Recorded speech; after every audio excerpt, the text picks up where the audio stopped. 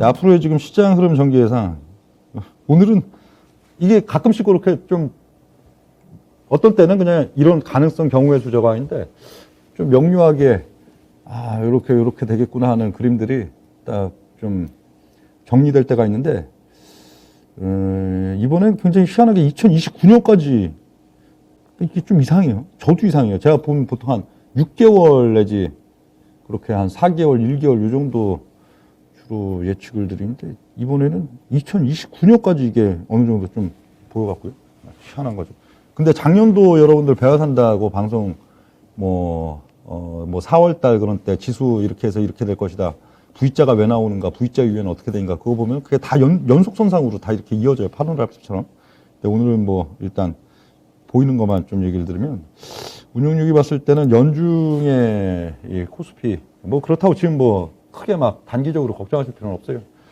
지수가 지금 이격이 워낙 크니까 또 반등 나오죠. 반등 나올 건데 이 연중 흐름에 있어서는 올해 지금 아직 1월이잖아요. 올 지금 11달이나 남았는데 연중 흐름에 코스피가 좀 더 빠질 게 있긴 있어요. 1차적으로는 한 2,470포인트 그리고 연중 어느 시점인가는 2,270도 한 2번 정도 찍는 날이 있을 거예요. 빠르면 상반기 중에도 있을 수 있고.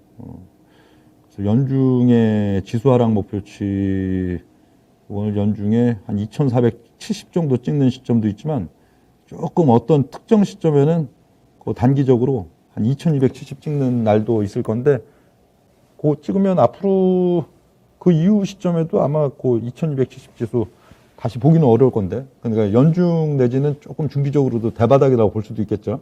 찍는 날이 있기는 있을 거예요. 찍는 날이. 근데 현재 시점은 어떻든 또 극단적으로 단기 과매도 구간이니까 너무 여기에 막 염두해갖고 야 지금 아직 2,700인데 지금이라도 막 종목들 투매해야지 이러면 안 돼요. 지금은 과매도 구간이라 이것도 막 이렇게 우뚝뚝뚝뚝 하고 저러는 게 아니고 이게 또 이제 과매도 구간에 또 한 보름 막 한 달 이러고서 또 이제 시장 안정되고 또 이제 좋아진 척하고서 이제 또 반등 나오는 시점들 있고 또 사람들이 이제 이제 시장 좀 편안하고 이제 좀 투자할 거 할만하네 그런 시점으로 또 이제 단기적으로 막 또 한 두어 주 또 이제 급락 요즘처럼 주는 시점들도 나오고 그런 양상들이 올 연중에도 한 상반기에도 한 3차례 정도는 더 만들어질 거예요. 그러니까 그걸 활용하려고 해야지 무조건 빨리 팔아놓고선 그 주식 그만두자 이러면 또 안 되고요. 변동성 자체는 워낙 올해 좋은 해니까 올 연중 내내 좋을 거예요. 그래서 이제 연중 어느 시점 이제 요 1차 2,470, 2차 2,270 대바닥을 도달한 이후에는 운용률 봤을 땐 즉시적 급등 안 나와요. 이게 좀 흔히 좀 바닥 따지기 등락이라고 하죠. 섹터는 돌려요. 그 와중에 보면 이제 게임, 메타버스, NFT 그런 것도 보름 이런 식으로 해갖고 추세적인 사이클 해갖고 이제 랠리 구간도 만들고 또 그 바닥 따지기 구간 중에 보면 2차 전지, 전기차 이런 것들, 수소 이런 것들도 한번 한 보름 정도 사이클 세게 줄인 적도 있고 또 바이오 이런 것들도 저거 하고 또 IT 이런 것도 그렇고 바닥 따지기 등락 중에서는 계속 그러고 순환을 근데 길게 주진 않아요. 작년도까지처럼 한 2달, 3달 이러고 준 게 아니고 2주, 3주 이러고 주죠. 그런 식으로 바닥 따지기 등락 좀 나오는데 그런 형국들이 내년 봄까지 좀 이어질 걸로 보여요. 지수가 크게 이렇게 치고 올라가는 게 아니고 어느 시점 상반기 중에 보면은 계속 급반등 또 이격이 이렇게 커진 시점엔 급반등 보름 한 달 나왔다가 그리고 또 한 보름 해갖고 확 뺐다가 이러다 보면은 아까 지수 때 한 초여름이나 여름 정도 되겠죠. 2470, 2270을 찍긴 찍는데 찍고 나면 바로 지수를 이게 올려버리는 게 아니고 한 내년 봄 정도까지 계속 바닥 따지기 등 나온다는 거예요. 그러면서 섹터 순환매만 한 2주, 3주 단위로 그냥 세게 그냥 돌리고 그런 현상들이 되고 그러고 나서 그 1년에 이제 느릿느릿한 조정 구간을 주고 나서 2025년 연초부터 2029년 연초까지 여기서 대세 상승이 아주 세게 나와요. 정말 세게 나옵니다. 역대급으로 나와요. 역대급으로 아주 센. 이번 지금 10년 유동성 랠리뿐만 아니고 사실 20년 유동성 랠리죠. 이 유동성 랠리의 지금 근원은 2009년도 상반기 그때 각국 정상들 뭐 G20 정상들 주마다 만나고 G20 경제 재정 장관들 주마다 만나고 해갖고 그때 야 이제 유동성 대버블 장세를 가져가자.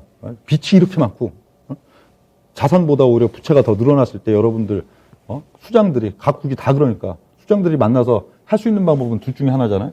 긴축하자. 부채를 축소시키는 긴축으로 가자. 그럼 어떻게 돼요? 자산도 주니까 부채가 자산보다 훨씬 높은 부분이 해소가 안 되죠. 부채 비율이 더 높아지죠. 긴축을 하면. 근데 유동성 뻥튀기를 하면 어떻게 돼요? 야, 부채를 이렇게 더 늘리고 그 부채, 자산 가치를 10년, 20년에 거쳐서 자산 가치 부풀리기를 계속 같이 하자. 그래 버리면 어떻게 돼요? 그렇죠? 부채는 요만큼 늘었는데 자산 가치 이만큼 느니까 어떤 효과가 나요? 그렇죠? 부채가 확 축소되는 그 효과.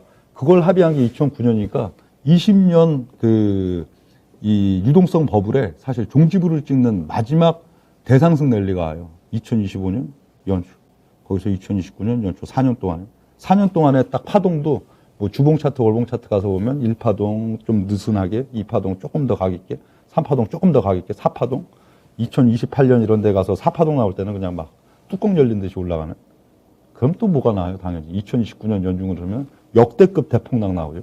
그러니까 1919년 세계 경제 하여간 역사책에 나오는 대폭락이 왜 나왔어요? 대버블이 그 전에 있었으니까 그거랑 똑같이 거기에 나오는데 이런 흐름들을 나올 걸로 보이는데 글쎄 이번에도 맞을까요? 이건 너무 지금 제가 봐도 이거 기존의 그 예측드린 것들도 물론 블록버스터지만 이거는 너무 더 시간도 길잖아요. 그래서 저도 이게 과연 맞을까? 근데 뭐 맞는다고 뭐 대단한 것도 없더라고요. 응? 그런 거 맞추면 여러분들 뭐 워런 버핏 될 줄 알죠? 뭐 그런 건 아니에요. 매매가 잘 돼요, 매매. 자, 여기, 어디에. 그래서, 요런 양상들 지금 나타날 걸로 보이는데, 그래서 올해 이겨내야 돼요, 어떻든. 22년도 이겨내야 되고, 여러분들 23년도 이겨내야 되고, 24년까지 이겨내야 2025년부터 이제 2029년까지의 어떻든 이제 유동성 랠리의 끝판왕 장세를 누릴 수 있을 거 아니에요?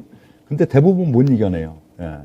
2021년도, 2020년도, 2021년도 뭐 상반기 뛰어든 동학개미 투자자들 100명이 있으면은 2025년도 연초에 주식시장 떠난 사람이 97% 넘어가요. 주식시장이 원래 그래요. 제가 그래도 한 20년 이상 지금 주식 투자를 해오고 현업에서도 20년 가까이 하고 있잖아요. 항상 보면 하나의 이제 여기서 이제 왕창 가둬뒀다.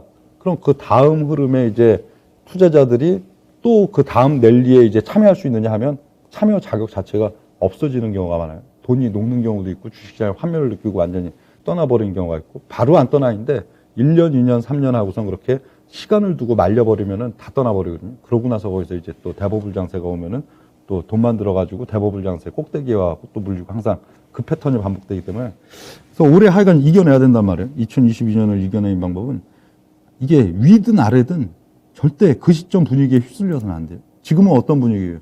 완전한 아래쪽 분위기잖아요. 공포를 막 그냥 공포가 없던 사람도 공포를 막 이제 일으키는 거면 그 공포에 또 너무 휩쓸리면 안 돼요.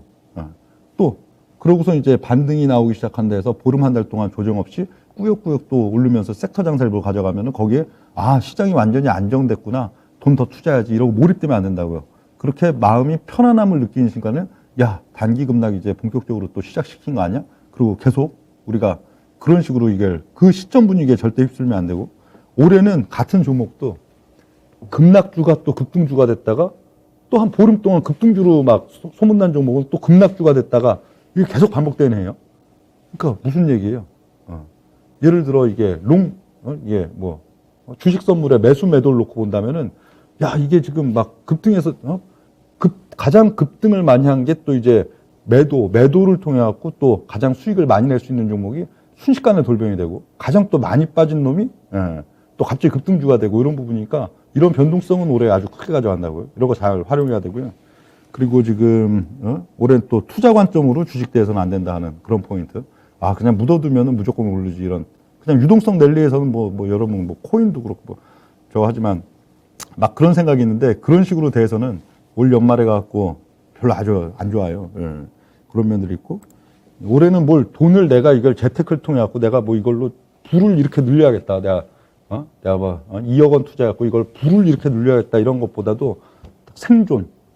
월별로 봤을 때 딱 뭐 500, 1000.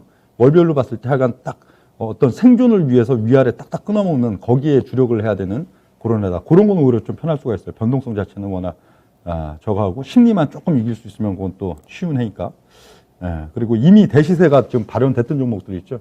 그쵸. 유동성 랠리에 나름대로 뭐 빅테크 종목이니 뭐니 해가지고 현재 보면 아직도 주가가 반토막 났어도 퍼 수준 막 50배, 100배, 300배 이런 것들은 연말 가서 보면 지금보다도 훨씬 많이 빠졌어요. 그러니까 적당히 뭐 다음 달도 이제 반등 나오면 적당히 그런 건 무조건 이제 좀 큰 폭으로 비중 줄여가지고 연말까지 그거 들고 있어 버리면은 지금 손실이 예를 들어 뭐 한 30% 나 있다면 연말 가서 보면 70%, 80% 그런 식으로 되니까 그런 것들도 또 염두를 하셔야 되는 시점이 되겠습니다.